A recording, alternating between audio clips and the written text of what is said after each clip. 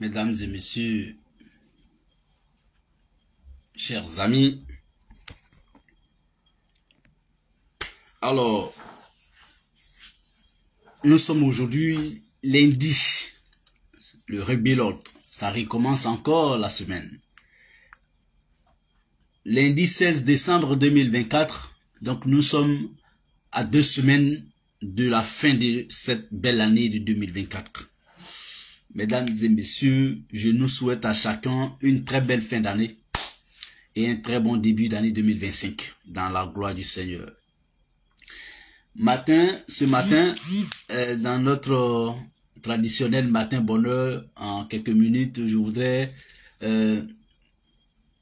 porter quelques regards sur le sommet extraordinaire de la CEDEAO hier à Abuja au Nigeria sur l'AES. Voilà, enfin, le volet qui a concerné l'AES, c'est ce qui me concerne ce matin.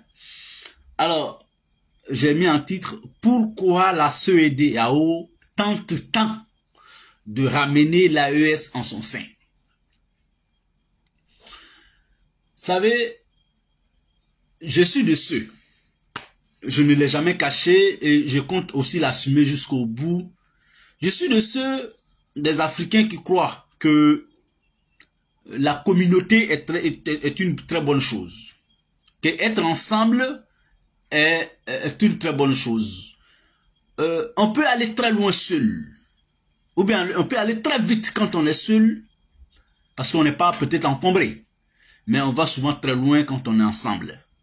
Ça c'est la nature même qui recommande l'unité et l'union. Je suis donc de ceux des Africains qui croient fermement à ce que l'AES peut être une confédération.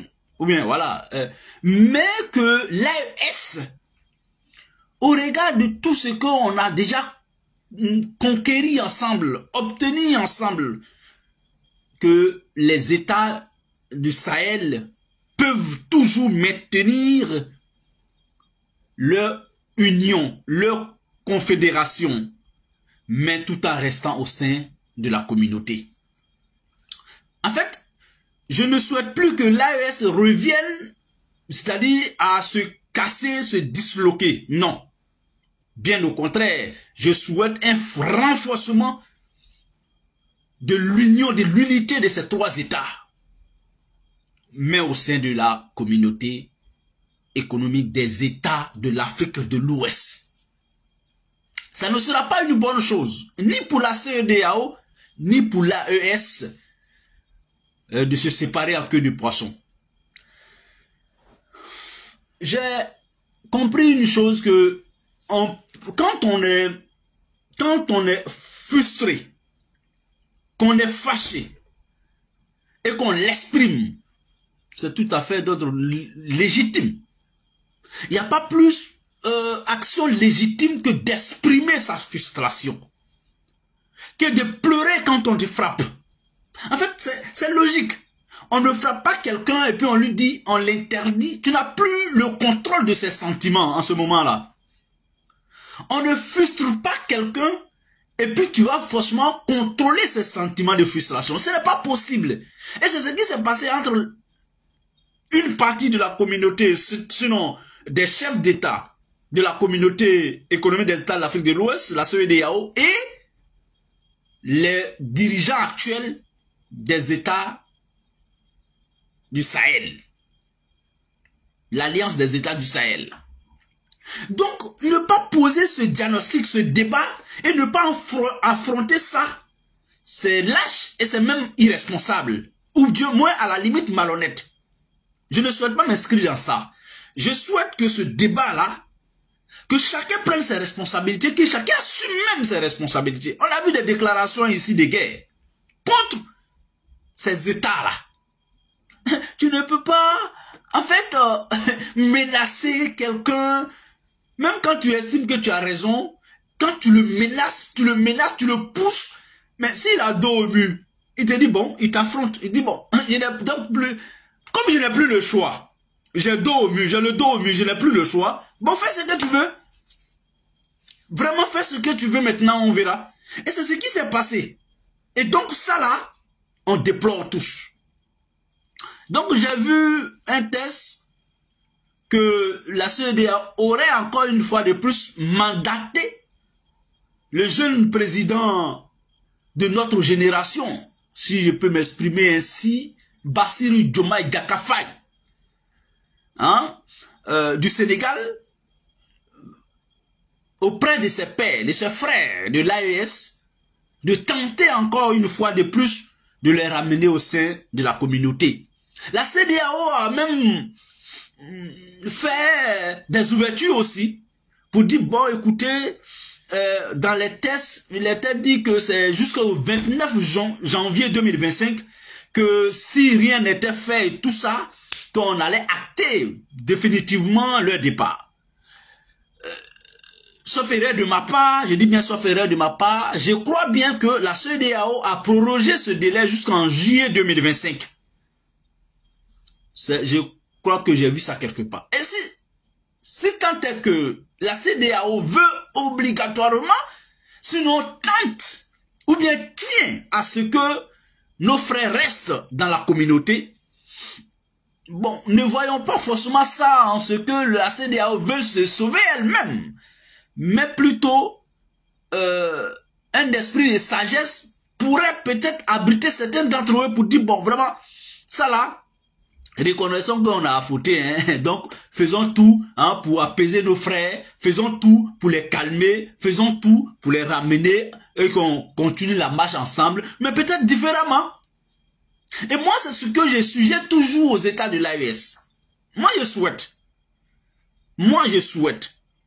que les États de l'AES peuvent revenir, rester, sinon, parce qu'ils ne sont pas encore définitivement partis, peuvent rester au sein de la communauté. Pour le grand bonheur de nous tous. Pas seulement des peuples de l'AES, mais pour nous tous. Nous aussi qui ne sommes pas de l'AES. Dans l'AES. Parce que il ne faudrait pas que quelqu'un se blague pour dire l'AES n'a plus besoin de la CEDEAO. Non. Il ne faudrait pas aussi que quelqu'un se dise, oh, ils sont minoritaires, ils sont combien même, ils n'ont qu'à partir. C'est faux. Autant la CEDEAO qui reste sans l'AES a besoin de l'AES, autant l'AES a besoin de la CEDEAO. Donc ça là, il ne faut pas que quelqu'un va nous blaguer. Parce qu'il est content ou bien parce qu'il est fâché. Parce que c'est selon. Aujourd'hui, c'est deux camps. Voilà. Ceux qui soutiennent les dictateurs qui sont encore dans la CEDEAO viendront nous narguer ici pour dire, oh, ils n'ont qu'à partir. Ceux qui aussi sont pour le retrait définitif de l'AES viendront dire, oh, CEDEAO là même, c'est quoi même, c'est gâté, c'est rien. Ça n'apporte rien, c'est faux. C'est pas vrai. Moi, je sais que la CEDEAO apporte beaucoup dans la communauté. Maintenant, ceux qui la gouvernent aujourd'hui sont en train de passer. Ils vont passer. Regardez, un fait marquant ou un fait frappant. Quand je dis toujours, ils vont passer. Ils vont passer. Ils vont passer. Voici, je vais vous donner un exemple des plus illustratifs possible.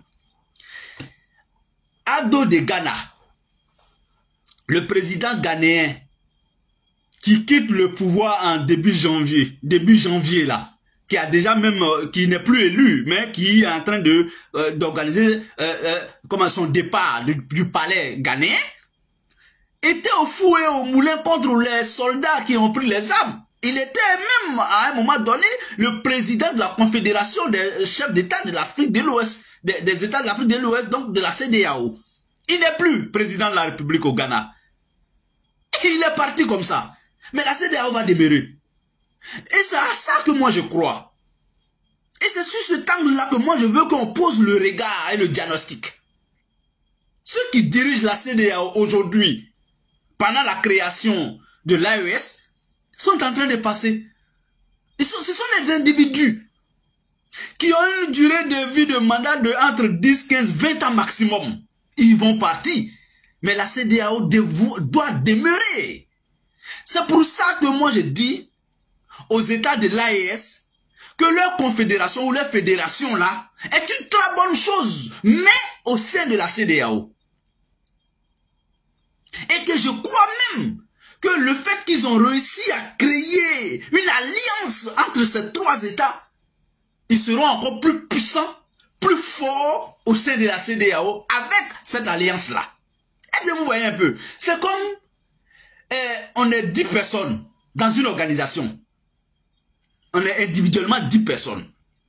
Et puis, 3 personnes d'entre ces 10 ont réussi à créer une forte alliance au sein de cette chose-là. Parce qu'ils ont, bien entendu, des intérêts communs qui ne sont pas forcément ceux des autres. Mais à chaque prise de décision au sein de la CEDEAO, moi je crois que ces trois États déjà partent avec un langage commun. Moi c'est comme ça que je comprends la chose quand je dis ils sont forts, mais ils seront encore plus forts en restant au sein de la CEDEAO. Donc ce que la CEDEAO est en train de faire aujourd'hui, c'est salutaire pour moi. C'est-à-dire, pour moi c'est aussi un acte de sagesse. C'est-à-dire, bon, peut-être ils ont reconnu que c'est eux qui ont mal fait et que c'est eux qui doivent arranger. Moi, je pense que c'est ce pas qu'ils sont en train de poser. Moi, je ne regarde pas la tête d'un individu parce qu'il va partir bientôt. Il ne sera plus président dans 1 an, dans 2 ans, dans 3 ans. Mais la CEDEAO devrait demeurer. Voilà, c'est comme ça que moi, je souhaite poser ce regard, ou du moins mon regard, ou mon diagnostic, ou mon analyse. C'est sur cet angle-là que je dois partir. Pour l'intérêt général de nous tous, dans cette communauté-là. On a vécu ensemble pendant des années, 20 ans, 10 ans, 15 ans, 30 ans. On a réussi quand même quelque chose. La fraternité, l'union, la libre circulation des personnes et des biens, etc. Ça ne devrait pas prendre un coup aujourd'hui parce que tel ou tel est encore président dans tel pays qui l'a mal fait. Il va partir très bientôt. Je ne cite personne, mais suivez mon regard.